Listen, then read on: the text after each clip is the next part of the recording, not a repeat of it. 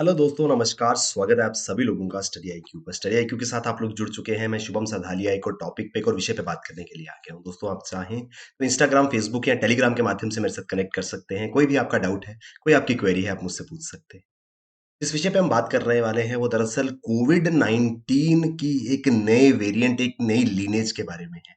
तो पिछले कुछ दिनों से जो एक स्पाइक देखा गया है कोविड-19 के केसेस में, कुछ समय तक, कुछ दिन पहले तक ऐसा लग रहा था कि कोविड-19 जो है, वो अब बिल्कुल डिक्लाइन पे आ गया है, लेकिन पिछले कुछ दिनों से दोबारा से कुछ नए केसेज़ जो हैं, वो आ रहे हैं और सबसे ज़्यादा यहाँ चिंता का विषय ये है कि जो नए केसेज़ आ रहे हैं, ये दरअसल एक नई लिनेज AY 4.2 जो है, उसकी वजह से आ रहे हैं। तो यहाँ पर हम विस्तार से समझेंगे ये AY 4.2 लिनेज क्या है? क्या इसके नुकसान जो हैं, वो हो सकते हैं? यूपीएससी सीएससी की अगर आप तैयारी कर रहे हैं तो आपके लिए बेहतरीन स्मार्ट कोर्सेज स्टडी आईक्यू पे अवेलेबल है। कोर्स ये सारे के सारे कोर्सेज जो है वो आपको बहुत ज़्यादा हेल्प करने वाले हैं इस एग्जाम को बहुत अच्छे से क्लियर करने में। तो studyIQ.com या फिर हमारी ऐप पर जा करके डेफिनेटली आप इन कोर्सेज में जो है वो एनरोल करें।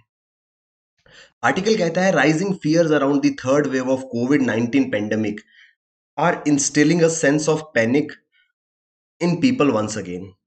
कोविड-19 पहली लहर, खास करके दूसरी लहर, सेकंड वेव में जो भयभीत कर देने वाले दृश्य, जो समय, जो माहौल हमने देखा वो शायद कोई भी व्यक्ति अपने जीवन में नहीं भुला पाएगा। आज भी ज़्यादा समय नहीं बीता है, करीब 7 से 8 महीने पहले की बात है जब हिंदुस्तान के अंदर इस महामारी की वजह से हाहाकार मची हुई थी। अस्पतालों में बेड नहीं थे, ऑक्सीजन सप्लाई नहीं थी।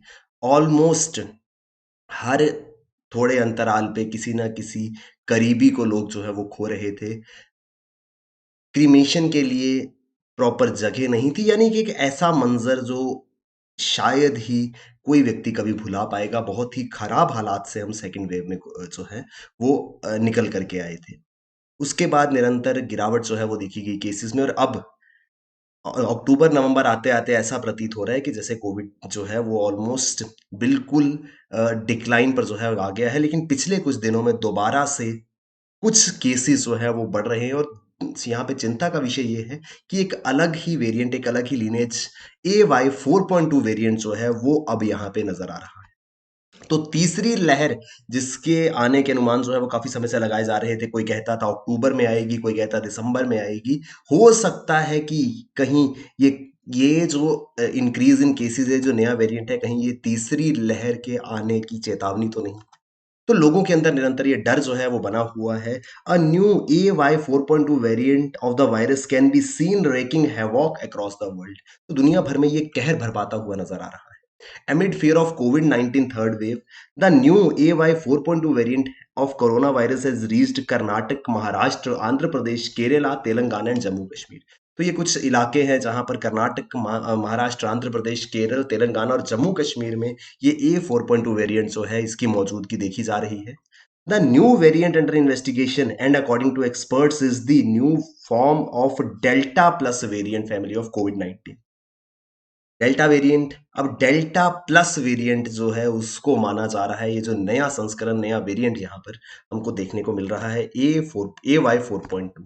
ये दरअसल डेल्टा वेरिएंट, कोविड-19 के डेल्टा वेरिएंट का जो है वो एक वंशज है, उसी की एक डिसेंडेंट, उसी की प्रजाति का जो है वो माना जा रहा है। द डेल्टा वेरिएंट जिसको B1617.2 was first identified in October 2020। तो पिछले साल अक्टूबर 2020 में डेल्टा वेरिएंट जो है वो पहली बार देखा गया था। कोविड के डेल्टा वेरिएंट के आने की बात जो है वो कही गई थी, लेकिन अब AY 4.2 जो है वो एक डेल्टा वेरिएंट का भी सबसेट जो है वो माना जा रहा है। The newest mutation of SARS COVID 2 AY 4.2 is a sub lineage of delta variant of the infectious virus.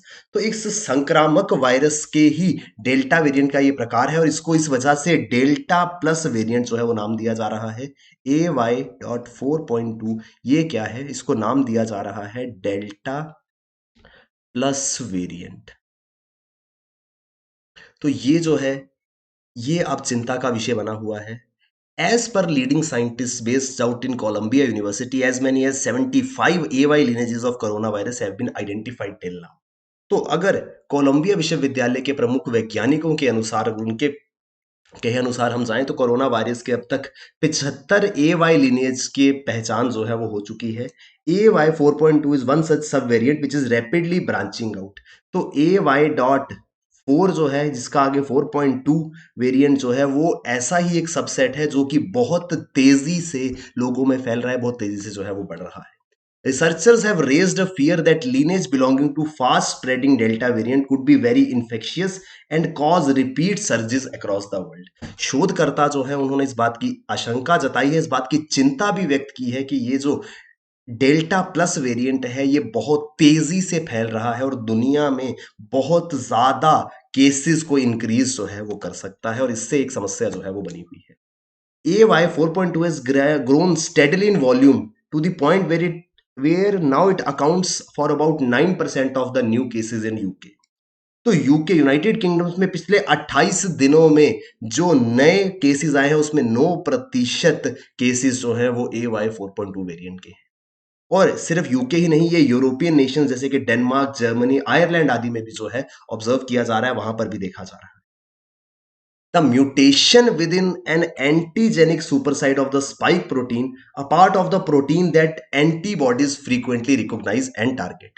तो होता क्या है, वेरिएंट दरअसल क्या है, यहां पर अगर हम कोरोना वायरस के बनावट पे जाएं तो यहां पर स्पाइक प्रोटीन्स हैं, ये जो आप स्पाइक्स की तरह देख रहे हैं, दरअसल ये स्पाइक प्रोटीन्स हैं। तो इनके अलग अलग म्यूटेशंस जो है वो होते हैं, इस तरीके से आप देख रहे हैं HVY, NAP, TSD, LD। तो अलग अलग म्यूटेशन जो है वो इस स्पाइक प्रोटीन के होते हैं, जिससे अलग अलग वेरिएंट, अलग अलग लिनेजेस जो है वो बनते हैं। तो अभी जो AY.4.2 है वो दरअसल इन स्पाइक प्रोटीन्स के चेंजेस के कारण ही जो है वो बन रहा है। इस वजह से ही ये नया वेरिएंट जो है वो यहाँ पर आ रहा है, और समय समय पर आपने देखा अलग अलग वेरिएंट्स जो है वो आते हैं, जैसे किसी पर्टिकुलर प्रोडक्ट के अलग अलग मॉडल्स होते हैं, उसी तरीके से यहाँ पर अलग अलग वेरिएंट्स के साथ में कोविड जो है वो ऐसा लगता है कि वापस से आता है। एक बार एक वेरिएंट आता है, कुछ समय बाद वो वेरिएंट जो है उसके केसेस कम होना शुरू हो जाते हैं और तभी एक नया वेरिएंट जो आ जाता है। तो दरअसल ये जो स्पाइक प्रोटीन्स हैं इनकी म्यूटेशन होती है, इनके अंदर चेंजेस आते हैं, जिस वजह से ये वेरिएंट जो हैं वो बदल करके आ रहे हैं। तो जो कोविड-19 वेरिएंट्स है उसमें 2 प्रकार के दरअसल वेरिएंट्स होते हैं। एक है वेरिएंट ऑफ कंसर्न और एक है वेरिएंट ऑफ इंटरेस्ट। जो वेरिएंट ऑफ कंसर्न है उसमें है अल्फा, बीटा, गामा, डेल्टा, और इसी डेल्टा की पहली बार जो है वो मौजूदगी हिंदुस्तान में अक्टूबर 2020 में जो है वो दर्ज की गई थी, और इसी का अब डेल्टा प्लस वेरिएंट जिसको AY.4.2 के नाम से जाना जा रहा है, डेल्टा वेरिएंट जो है वो अब दोबारा से देखने को मिल रहा है, जो कि एक वेरिएंट ऑफ कंसर्न है। तो जब कोविड के वेरिएंट्स की, इसके अलग अलग संस्करण की बात होती है तो 2 तरीके के वेरिएंट्स जो हैं वो यहाँ पे देखने को मिल रहे हैं। एक वेरिएंट है जिनको हम कहते हैं वेरिएंट ऑफ कंसर्न, और एक है वेरिएंट ऑफ इंटरेस्ट। तो इन कोविड वेरिएंट्स के बारे में, इनके प्रकार के बारे में हम लोग जो है वो थोड़ा सा समझेंगे। वेरिएंट ऑफ इंटरेस्ट क्या है? इंटरेस्ट आप जानते हैं जिसमें हमको कुछ दिलचस्पी हो। अब सोचने की बात यह है कि सर किसी किसी को भी कोविड में क्या दिलचस्पी होगी, इसके वेरिएंट में क्या दिलचस्पी होगी? ये तो एक बीमारी है, एक महामारी है। कोविड का वेरिएंट ऑफ इंटरेस्ट वो है जिसको स्टडी करके, जिसके ऊपर शोध करके हम उसकी टाइप को जो है वो आइडेंटिफाई कर सकते हैं, हम प्रेडिक्ट कर सकते हैं कि इससे कितना नुकसान होगा, कैसे ये ट्रांसमिट होगा, कैसे इसको डायग्नोस किया जा सकता है, कैसे इसका इलाज किया जा सकता है, क्या इम्यून एस्केप या कैसे इससे हम बच सकते हैं। तो वो सारे के सारे वेरिएंट्स जिनसे हमको इस चीज में मदद मिले कि कैसे हम किसी कोविड के पर्टिकुलर वेरिएंट से लड़ सकते हैं, उसका उपचार कर सकते हैं, उसको आइडेंटिफाई कर सकते हैं, जिससे ये सब चीजें जानने में हमको मदद मिले, वो कहलाते हैं वेरिएंट ऑफ इंटरेस्ट। और साथ ही साथ कुछ वेरिएंट्स हैं जो कि वेरिएंट ऑफ कंसर्न है। कंसर्न यानी कि चिंता का विषय। तो वेरिएंट ऑफ इंटरेस्ट समझने के बाद हमको वेरिएंट ऑफ कंसर्न जो है वो शायद अपने आप समझ आ जाएगा। यहां पर वेरिएंट ऑफ कंसर्न वो हैं जिनकी ट्रांसमिसिबिलिटी यानी कि जिनके फैलने की जो तीव्रता है वो बहुत सीवियर है।